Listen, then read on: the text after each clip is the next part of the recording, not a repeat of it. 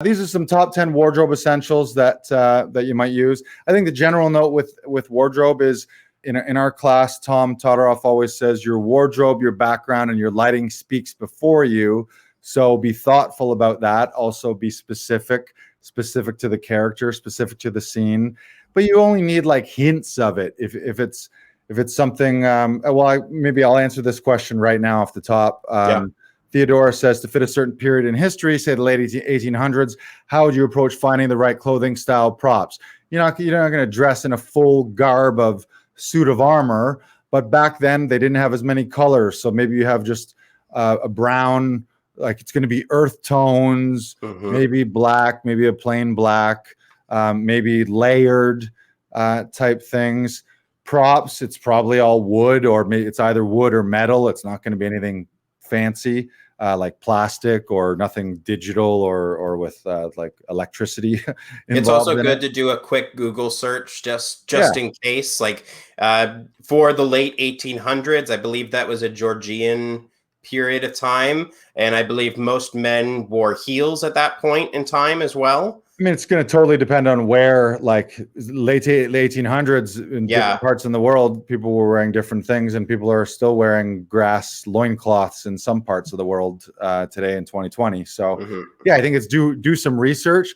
But again, in an audition, like when you book it, that's what wardrobe's department is for. Professionals hired, and they do all the research, and they have the exact things that people wore, right down to what buttons and what kind of lace was used and what thread count and all that kind of stuff. But I think in an audition, you're just hinting towards it, and you're sort of adding to the imagination. And if you don't do that, if it calls for 1800s and you're wearing a Nike logo or a football jersey or something, it instantly takes you out of that. So I think you have to be mindful of it. But again, it's shades of things. So here's my top 10 list of things that I've used the most common. Number 1, scrubs. I've got just a basic pair of scrubs.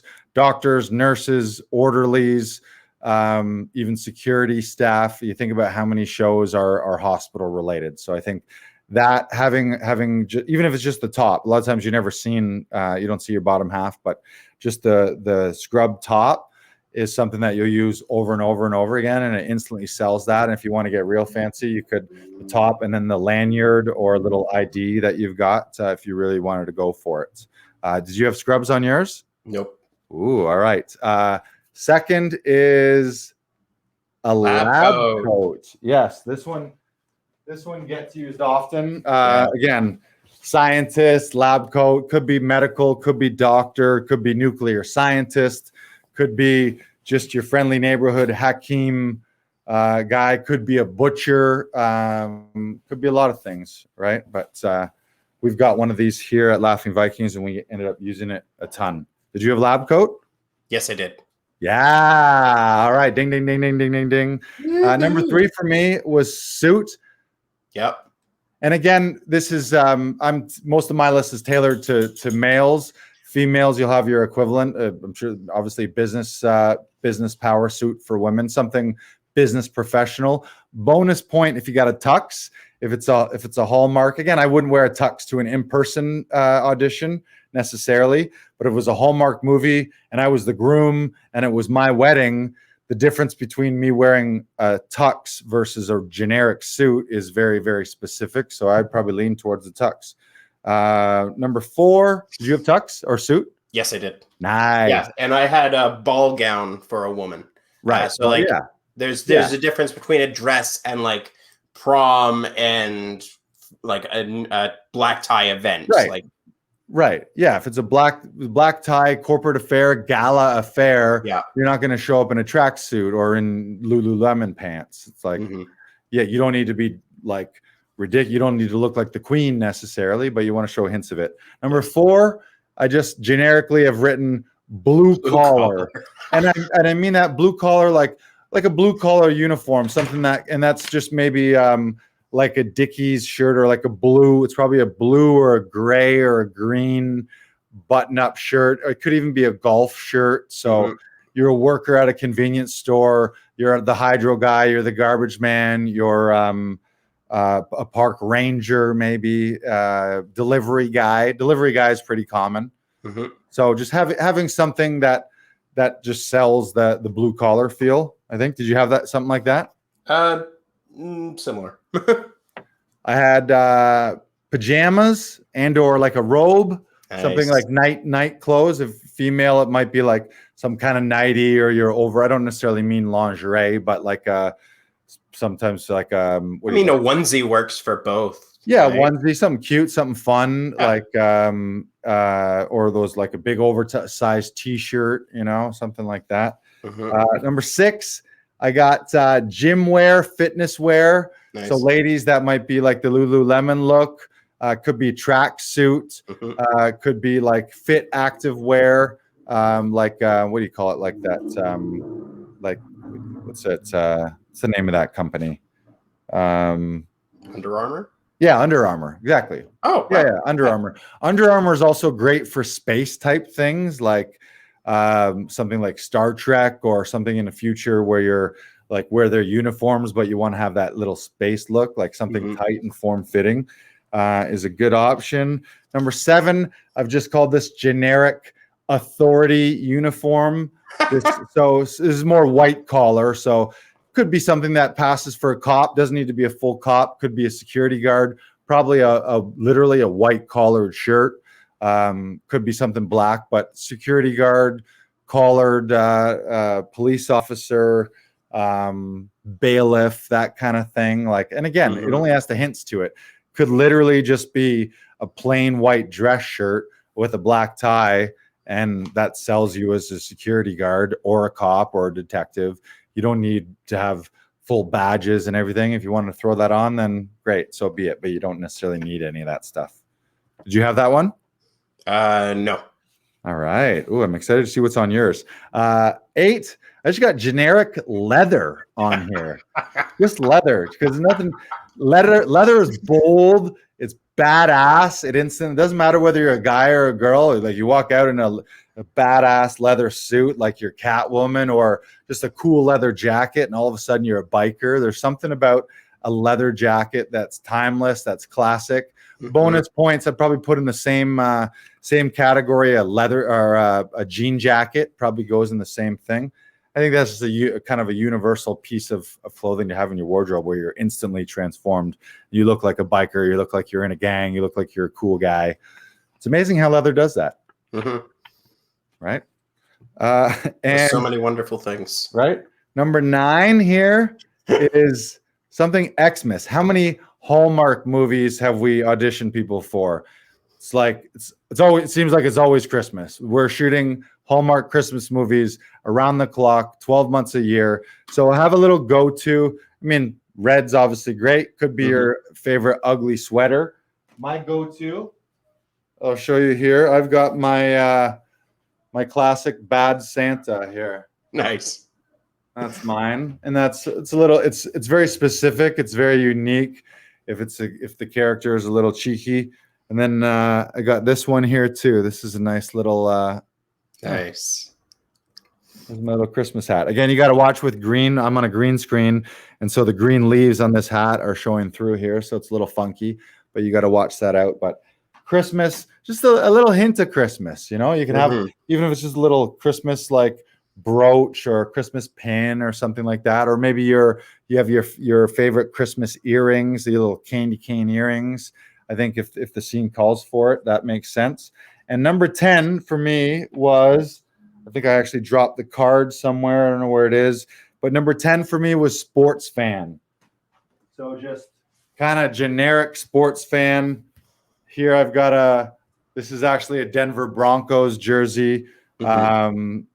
Just ugly orange. So anytime I got to be like loudmouth sports fan kind of guy, just like, yeah, go sports, right? And then and then you sell it. Yeah, there we go. So that's my top 10 wardrobe essentials. Again, this is by no means the exhaustive list.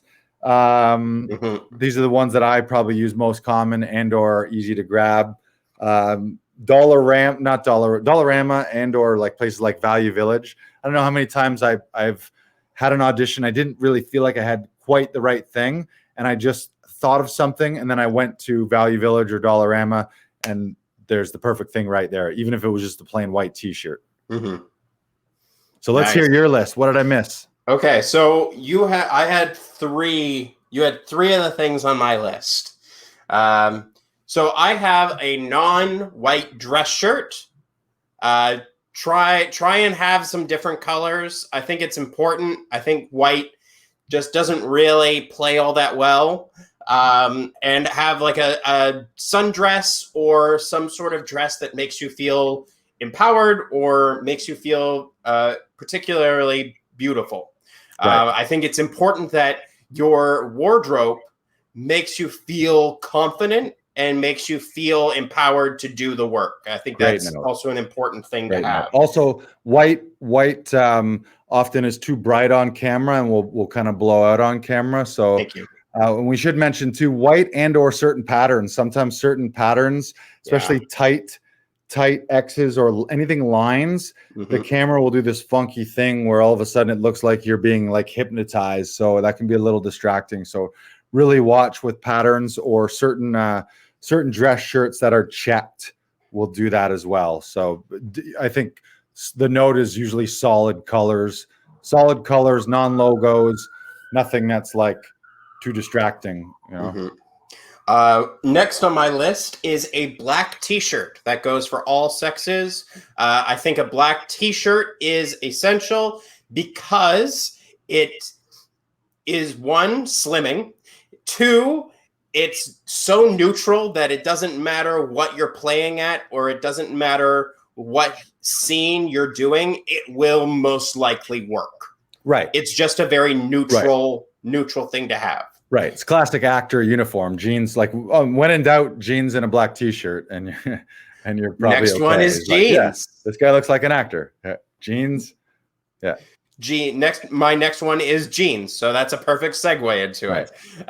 So jean shorts, long jean denim pants, anything jeans will work. Most of the time, again, like we're usually shooting in a medium close, so you don't really get to see it. But again, if it makes you feel good, if it makes you feel more in the character, I think it's important to have.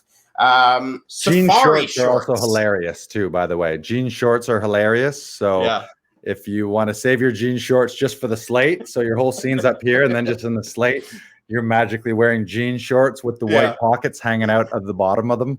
Yeah. Safari shorts. I didn't know what to call these, but safari shorts. Just any regular pair of shorts, preferably plain. It doesn't really matter what color, but like I think shorts are just great to have because I think they're very fun. Interesting. It's very like parent on vacation kind of look. Sorry. Right. I never would have thought of shorts because they were rarely in an audition scene on camera. So I always think top. I think in terms of top half. I do think shoes a lot because there's something about like you can't. It's very hard. You can't be like this big tough guy and then you're wearing like penny loafers or something. Yeah, or like Uggs or like Crocs or something like that. So I think the shoes are important even if they're never seen. Shoes, you have the perfect segues, Lars. Shoes are the next thing on my list as well. I always tell the story of when I was doing a production of Tartuffe where I played Tartuffe and they gave me these like snake looking boots where they had the curl at the top and like it just like wound down. Right. They were just nothing gets me into a character more than shoes. I don't know why. That's just me. You weren't Tartuffe until you put those shoes on. Oh my god, those shoes. I wish I stole those shoes. All right, what else? The next one for me, number 9, is hoodie. I think a plain hoodie is very important to have. It's great to show that you're either a stoner or that you are cold or it's versatile. It's very versatile. Yeah, cool reveals with hoodies too. You can do stuff where like you have it and then turn and then you reveal at the end of a scene. You can pop it on like you're gonna be all incognito. Yeah, versatile. I mean, and isn't it funny how all like anything in acting, almost all the principles in acting also apply in your real life and vice versa. So it's like all these things.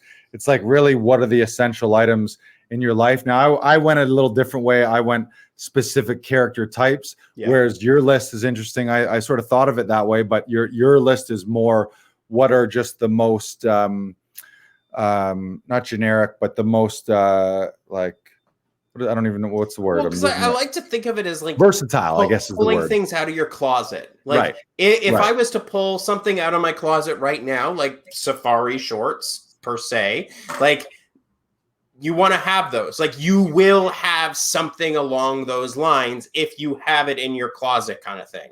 Like I like to think in that kind of way. Right. Yeah. So again, think in sort of general roles, but also you got to look specific to you. What are the roles you are typed to, like, generally are put out for? What do you want to play for? Who do you want to show up as? Often the fun in this is you get to create the character. You are the character. So maybe none of this is mentioned and you're just a creative person that likes to be very specific about your wardrobe. Then you show up and they're like, fuck, who the fuck was that guy? Like, he really went for it. Like, you sometimes little things like people will paint their nails a certain way or be specific with little jewelry that's non-distracting, but just enough to stand out and add something that's very specific without being distracting or taking away from things. And my final one on this list is a hat. And it, again, doesn't matter which kind of hat. A baseball cap works. A captain's hat works. A variety of several different types of hats are. I would put a big asterisk next to captain's hat. Like, this is pretty fucking specific right here. So you do have to earn your captain's hat. Yeah, I would not wear a captain's hat in every audition just to be like, yeah, I just thought I was wearing a hat. I'd be just wearing a hat here, because otherwise then it's just like, why is he wearing a captain's hat? I do say this with an asterisk of don't show up to a callback or a live audition with the hat on. They just prefer that you don't wear the hat. Like, so if you wear it in your like initial self-tape, that's fine. But like, if they do call you in for an in-person audition, or if they ask you to do a Zoom callback, preferably don't wear the hat.